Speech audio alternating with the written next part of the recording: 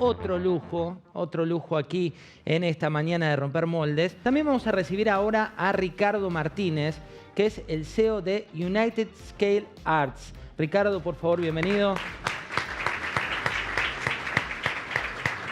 Bienvenido, Ricardo. ¿Cómo estás? Muy bien. ¿Qué es United Scale Arts? United Scale Arts es básicamente una empresa que se dedica a la construcción de maquetas. De maquetas, si yo le digo maquetas, dicen, no, son los chicos en casa. La maqueta, por ejemplo, ¿cuánto tiene la maqueta que está hoy en Times Square? 112 metros cuadrados. Para darnos referencia a esto, más o menos. Y digamos la mitad de este salón. Eso es la maqueta que hace un artista argentino y que está en el mundo y que exportan también. A Alemania, por ahora, próximamente a Canadá. Y seguimos buscando clientes. Por favor, toma asiento y vamos a contar tu historia, la historia de Ricardo, que es muy, pero muy distinta también. Hablamos de ceder y hablamos de crear, hablamos de Ricardo. Él nació el 5 de abril de 1960. En 1960, en un contexto en el cual dijiste, quiero ser, con el correr de los años, ¿ya dibujabas? No, más que nada jugaba, hacía cosas con las manos, construía cosas. Siempre fui tridimensional, digamos. Y bueno, de grande, bueno, tuve otras actividades y finalmente un día decidí que no quería hacer otra cosa que no sea construir maquetas. Cosa muy difícil en este país, pero aparentemente tuvimos suerte, lo logramos y hoy tenemos una empresita familiar que nos dedicamos a la construcción de maquetas, pero de cierto nivel, o sea, nos vienen a buscar de otros lugares del mundo, no solamente de este país. A los 12 años tocabas la batería, integraste varios grupos, tuviste tu ala más musical, después entraste a una compañía, la Ítalo de electricidad. Y ese hobby de chico de ser en 3D... Eso fue lo que inició todo, o sea, de muy chiquito tuve el hobby de jugar con los trenes. Al tener trenes quería construir una maqueta para jugar con mis trenes. Siempre tuve esa obsesión, nunca se podía, se postergaba por estudiar, por trabajar, por lo que fuera. Y finalmente, cuando ya estaba casado, cuando ya tenía mis primeros hijos, dije, bueno, me voy a hacer una maqueta. Perfecto, empecé en un lugar que yo tenía, empecé a construir. Me di cuenta que ya estabas casado, ¿no? Porque si le avisabas a tu mujer antes, por ahí decía... No, porque realmente después que surgió la idea me acompañó siempre. Empezamos los dos solos con la empresa, paraditos al lado de las maquetas varias horas por día. Y bueno, tenía que financiar mi hobby y dije, voy a empezar a fabricar accesorios o algo que tenga que ver. Finalmente descubrí que había un nicho que era la construcción de maquetas. Porque el que tiene el hobby, se empieza a construir una maqueta, tarda años. Empieza, lo hace en su tiempo libre y siempre está con esa ilusión de que la va a construir y nunca lo logra. Y bueno, aparentemente había un nicho donde nosotros le podíamos brindar un servicio de construir una maqueta a un costo más o menos razonable en un plazo perentorio. Y indudablemente existía el nicho y lo aprovechamos.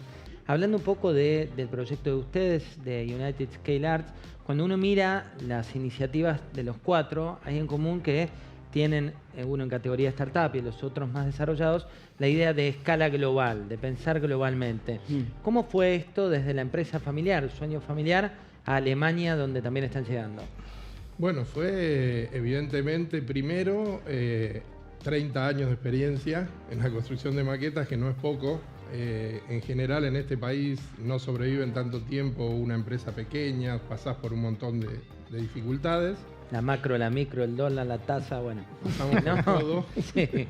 La hiper, y todo. Bueno, siempre nosotros estamos mirando lo que pasa en el mundo, si se está por abrir un parque, si necesita un trabajo en algún lado. Esto fue bastante simple.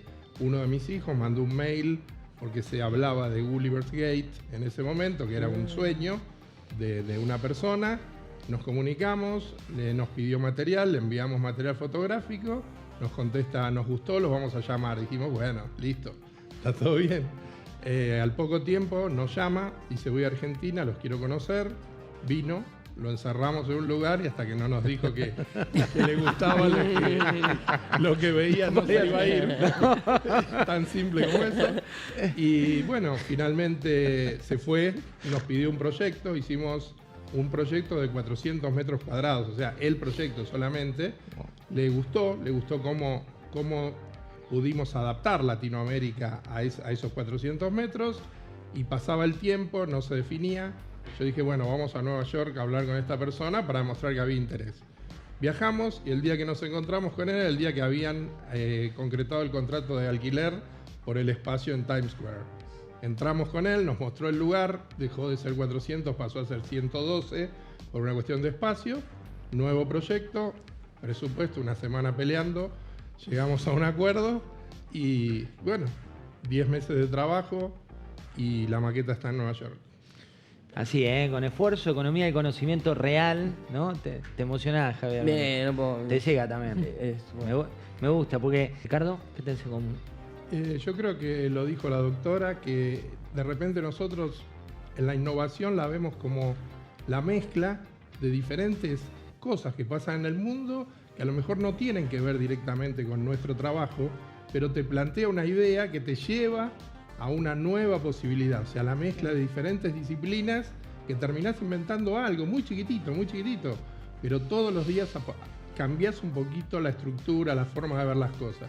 Sobre todo en nuestra empresa, en lo humano. O sea, nuestro capital más grande no son los materiales, no son los adhesivos, es la gente que trabaja. Porque la ventaja nuestra es hacer trabajar a la gente. ¿Cómo le enseñamos a trabajar a la gente? Placer, muchas gracias por su tiempo. Gracias. Gracias.